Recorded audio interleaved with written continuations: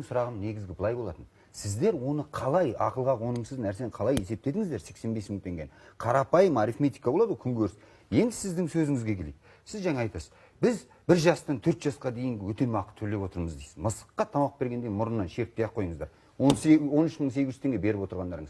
Bir балаға күніне 465 теңге. Қазір памперстің бір пашкасы қанша? Жете ма? Басқасын айтпағанда. Қалай есептеп отыр бұл кісілер? Неге бұл кісілер осында есепті алып шығады? Неге бұндай есептерді біздің жоғарғы биліктің аузына сап береді? Мені мазалап отырған осы. Жақсы. Сіз жаңа тағы бір сөзіңізді айттыңыз. Ой, жұмыс беруші өзі білет, ары қарай қанша төлейтін дедіңіз. Бұл да сіздердің қателіктеріңіз, беттеріңізге айтайын. Оған дәлел.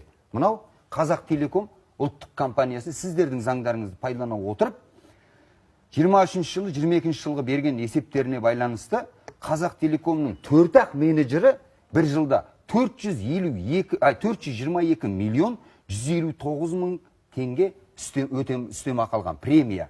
Яғни орташа бір адамға 105 миллион 530 мың теңге. Айна.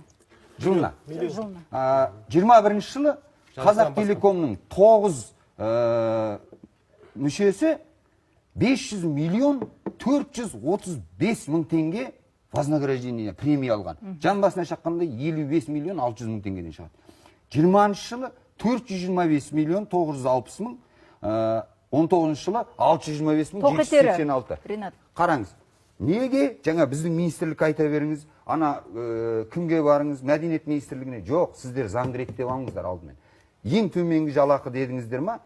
Жаңағы өздеріңіз айтқан ана орташа айлықтың есебінен алыңыздар. Орташа айлық бізде 250 мың теңге деген сөзді бәріңіз айтып жүрсіздер. 300 мың теңге қазір. Дұрыс па? Енді оның жартысы қанша? Менің айтып отырғаным осы ғана. 85 мың сіздердің айтып отырғандарыңыз, ол қиянат халыққа жасалып отырған. Осы базалық тағайындауды бірінші өзгертіңіздер. Сонан кейін меже қойылсын.